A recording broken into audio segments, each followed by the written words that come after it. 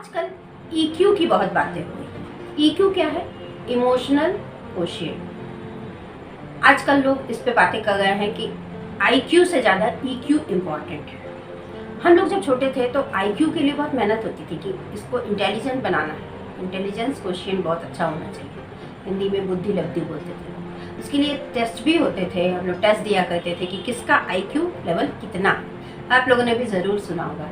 आजकल emotional quotient की बहुत बातें हो रही हैं। हिंदी में भावनात्मक बुद्धिमत्ता कहते हैं कि मतलब आप भावना से आप इमोशनली कितने मैच्योर हैं, कितने बैलेंस हैं, इसकी आजकल बहुत बात होती है और ज़रूरी भी है। क्योंकि आप कितनी भी पढ़ाई पढ़ लीजिए, लेकिन अगर आप इमोशनली बैलेंस नहीं हैं तो सफल होने के लिए ना आपको बहुत बार मुश्किल का सामना करना पड़ सकता है। तो आज इसी विषय में बात करेंगे कि इमोशनल मैच्योरिटी कैसे लाएं, इमोशनली बैलेंस कैसे अपने बिहेवियर को रखें। नमस्कार, मैं आपकी आरवी, आप सबका बहुत बहुत स्वागत है। कैसे हैं आप सब? अपना और अपनों का ख्याल रखिए।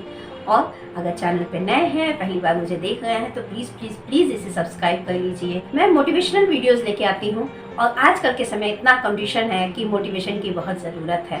तो आप वीडियो देखिए और मोटिवेट रहिए, सेल्फ मोटिवेशन अपने पास रखिए और कामयाबी ज़रूर पाइए। वीडियो अच्छा लगे तो प्लीज़ इसे लाइक भी कीजिए, लोगों तक इसे पहुंचाइए, शेयर भी कीजिए और कमेंट भी ज़रूर कीजिए। आपके कमेंट्स का मैं बहुत ही इंतज़ार करती हूँ, क्योंकि वही एक ज़रिया है जिससे मैं आप लोगों से जुड़ पाती हूँ कि आप लोग क्या कहना चाहते हैं मुझसे। सभी जानते हैं इमोशन मतलब भावना, लेकिन भावना क्या होती है? भावना अगर हम सिंपल शब्द में कहें तो जो भी हम घटना देखते हैं, जो भी हम उससे अनुभव लेते हैं, जो हमारे दिमाग में एक अनुभव एक्सपीरियंस फील होता है, हमारी उसको देख के जो फीलिंग आती है वही हमारी भावना होती है। लेकिन हमें कैसे पता चलता है कि आप इमोशनली बैलेंस हैं कि नहीं? क्योंकि जो भावना, जो फीलिंग हमारे अंदर आई, उसको हम कैसे एक्टिवली किए, हमारे व्यवहार में वो दिखता है, उससे हम जान पाते हैं कि आप इमोशनली बैलेंस हैं कि नहीं। और आजकल लोग इसका बहुत फ़ायदा उठाते हैं। अगर आप इमोशनली मैच्योर नहीं है ना, तो लोग उसका फ़ायदा उठाते हैं और कहीं आपसे आगे बढ़ने के लिए आप ही का इस्तेमाल कर लेते हैं। तो इसलिए इस विषय पर बहुत गहराई से सोचने की ज़रूरत है। इमोशन दो ही तरह का होता है, सुख का और दुख का। चाहे आप उसको जितनी भी कैटेगरी में बांट लीजिए, तो मैं वो दो ही कैटेगरी का निकलता है। सुख में वो सारी चीज़ें होती हैं जिसमें आपको आनंद की अनुभूति होती है।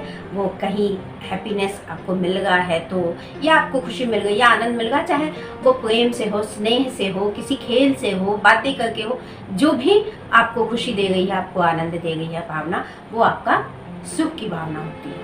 और दुख की भावना, उसमें क्रोध है, दुख है, भय है, जो भी आपको फील हो रहा है कि आप बहुत दुखी फील कर रहे हैं, जिसको भी लेके। क्योंकि गुस्सा जैसे है ना, तो गुस्सा भी आपका दुख की ही भावना है, क्योंकि उसमें भी अंत में आप दुखी ही होते हैं।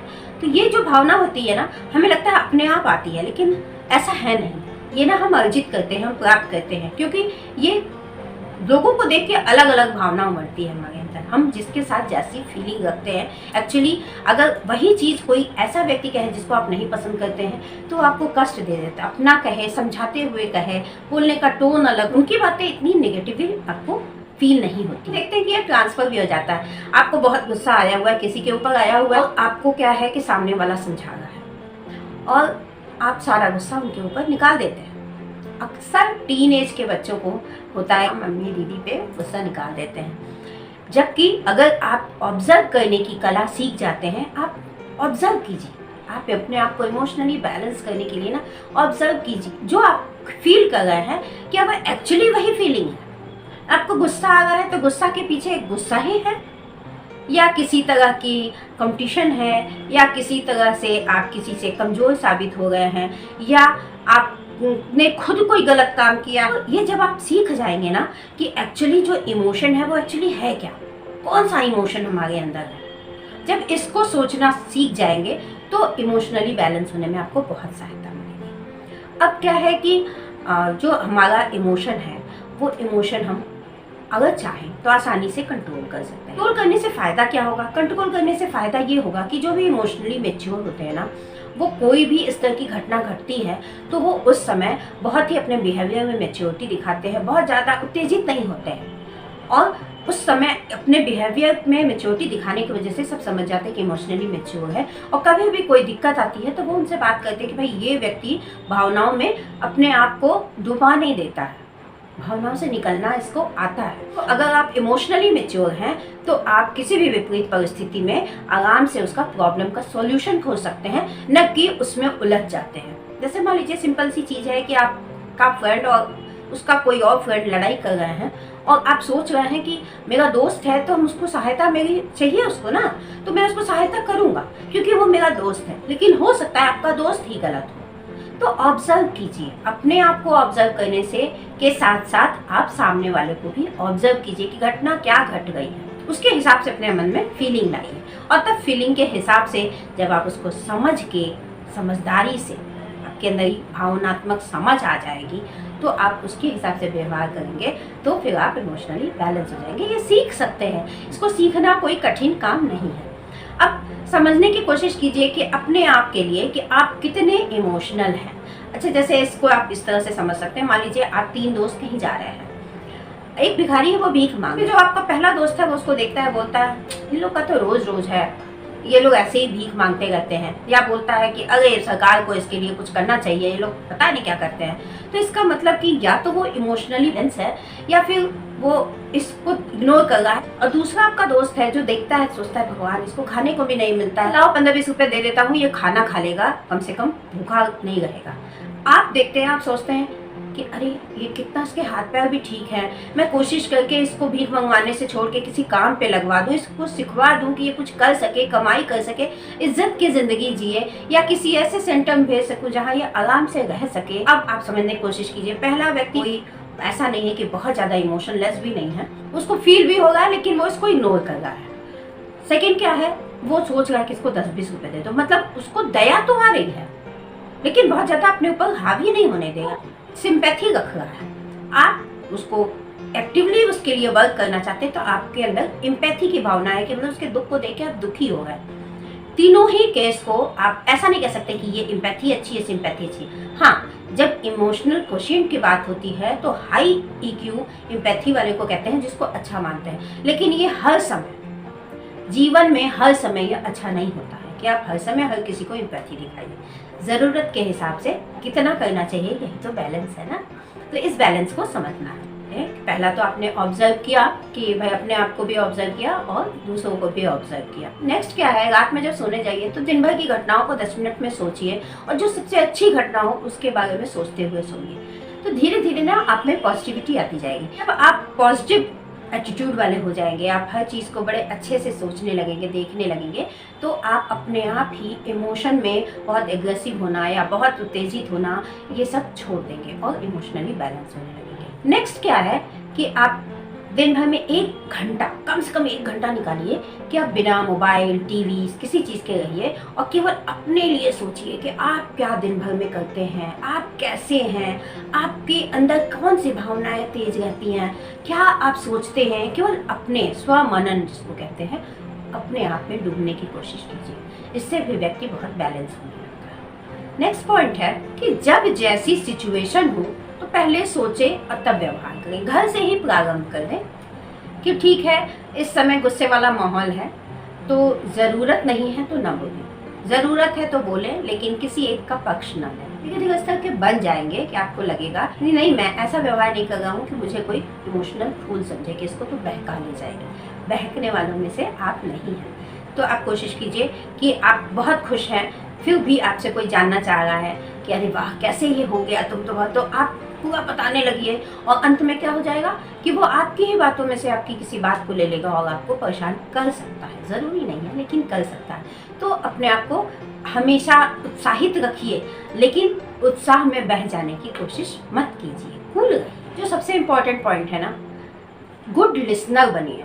सुनने की बहुत ज़रूरत होती है अगर आप अपने इमोशनल को बहुत ज़्यादा बैलेंस करना चाहते हैं या अपने व्यक्तित्व को भी बहुत ज़्यादा मैच्योर पर्सनालिटी बनाना चाहते हैं तो बहुत ज़रूरत होती है। चाहे आप एक स्टूडेंट हो या फिर आप अधिक एज के या फिर आप एक कोई लेडी हो या बच्ची हो, कोई भी हो, गुड लिसनर बनने से क्या होता है कि आपको सुनने की जब आदत पड़ती है तो आप दूसरे के नज़रिए से भी सोचना शुरू करते हैं। सोचते हैं कि वो क्या सोच रहा है तो उससे एक अलग ही दिशा में आपकी सोच जाती है। तो इससे आप ना तौल पाते हैं कि जो मैं सोच रहा था और जो ये सोच रहे हैं उनमें कितना अंतर है, क्या एक ही चीज़ है, या अंतर है तो सही अंतर है, या फिर मैं इस अंतर को समझ नहीं पा रहा हूँ। हर चीज़ को आप सोचना शुरू कीजिए। जब आप गुड लिसनर बनेंगे, अच्छा गुड लिसनर बनने का मतलब ये नहीं होता कि बस सुनो और बस ये मन में सोचते हो कि कैसे आंसर करूँगा, नेक्स्ट आंसर कैसे करूँगी। नहीं, आप सुनिए, केवल सुनने के लिए सुनिए, कि उसको अच्छे से सुन के मनन करने के लिए उसकी बातों को याद रखने की कोशिश कीजिए। अच्छा, ये हो जाएगा आराम से, थोड़ा टाइम जरूर लगेगा, टाइम को आपको देना पड़ेगा, क्योंकि आप अपनी पर्सनालिटी पे वर्क कर रहे हैं ना। किसी भी चीज को, एक पेड़ को ही मजबूत बनने में टाइम लगता है, तो एक आध साल अपने ऊपर पूरे अच्छे से टाइम दीजिए ना, इससे पूरी लाइफ आगे की अच्छी हो जाएगी। अब आप चाहते हैं कि फटाफट मिल जाए और उसके बाद उसका वो रिजल्ट नहीं मिलता, तो लगता है कि बेकार की बात थी, इससे कुछ हुआ तो नहीं। होता है, बस टाइम दीजिए, पॉजिटिवली टाइम दीजिए, बिना झुझल के। यह नहीं कि झुझला गए हैं, पता नहीं कब होगा, पता नहीं कब होगा, पता नहीं, होगा। और ये हमेशा अपने मन को भी कहना पड़ेगा कि होगा होगा होगा, उस पर टाइम लगेगा। यह समझ लीजिए कि जब आप रोज इन सब कामों को करेंगे और भगवान को धन्यवाद देंगे, जो आपने दिया, बहुत कुछ दिया, शिकायत नहीं करेंगे, तो धीरे धीरे आप मैच्योर होते जाएंगे। हम कमज़ोर कहाँ होते हैं? जब हम सोचते हैं कि भगवान ने हमें ये नहीं दिया, या माता पिता ने हमें ये नहीं दिया, या भाग्य ने हमें ये नहीं दिया। नहीं, सबको आपको बहुत ज़्यादा उनके प्रति एक भावना रखनी होगी कि नहीं, आपने बहुत कुछ हमें दिया, अब जो भी देना है अपने आप को हमें खुद देना है, इसलिए अपने ऊपर वर्क करना है। मस्तिष्क को शांत करने के लिए योगा कीजिए, ध्यान कीजिए, मेडिटेशन कीजिए। मेडिटेशन ऐसा नहीं है कि किसी एज में किया जाता है, ये आप बचपन से कर सकते हैं, योगा भी बचपन से कर सकते हैं। मतलब क्या है ना कि फिजिकल एक्सरसाइज पे तो सभी जोर देते हैं, लेकिन मेंटल एक्सरसाइज भी बहुत ज़रूरी होती है। और धीरे धीरे इमोशनली बैलेंस हो जाइए। जहाँ सिंपैथी की ज़रूरत है वहाँ सिंपैथी दिखाइए, जहाँ एम्पैथी की ज़रूरत है वहाँ ज़रूर एम्पैथी दिखाइए। दूसरों का दुख समझिए, उसके लिए कुछ करिए, लेकिन इमोशनल फूल बन के नहीं, इमोशनली मैच्योर बनकर। और ज़रूर करिए। समाज आप जैसे लोगों के लिए ना राह तक रहा है कि ऐसे लोग आएंगे और बहुत कुछ बदल देंगे, और आप ज़रूर बदल सकते हैं। क्योंकि स्टूडेंट्स जो होते हैं ना, वो जो कम एज के लोग होते हैं, उनमें बहुत जज्बा होता है, वो कुछ भी कर सकते हैं, वो पेशेंस भी रखते हैं, क्योंकि तभी वो साल दर साल नए क्लास में जाते हैं और फिर उस क्लास को पूरा करते हैं। एक बार आप सोच के देखिए कि क्या मैं कर सकता हूँ, तो आपका दिल ये जरूर कहेगा कि बिल्कुल क्यों नहीं कर सकते। करो, और करके फिर उस वीडियो में लिख के जाना कि हाँ, ये मैंने कर लिया। ये मेरे लिए सबसे बड़ा जो है तोहफा होगा कि आप लोग ये मुझे भी लिख कर देंगे। ये आप empathy, sympathy, emotional balance, emotional maturity, सभी चीज़ पे खूब अच्छे से काम कीजिए। Be positive and be cool. चलिए, मिलते हैं अगले वीडियो में। वीडियो अच्छा लगा हो तो ज़रूर लाइक कीजिएगा। पहली बार देख रहे हो तो प्लीज़ प्लीज़ प्लीज़ मुझे सपोर्ट कीजिए और सब्सक्राइब कीजिए। मेरे चैनल को ग्रो करने में प्लीज़ सहायता कीजिए, और भी लोगों को इसे शेयर कीजिए, और कमेंट भी ज़रूर कीजिए। जो भी अच्छा लगा उसे भी बताइए। अगर कोई चीज़ नहीं अच्छी लगी है तो वो भी बताइए, मैं ज़रूर सुधार करूँगी। और जब कमेंट करिएगा तभी तो आपस में बातें होंगी। चलिए, मिलते हैं अगले वीडियो में। Thank you.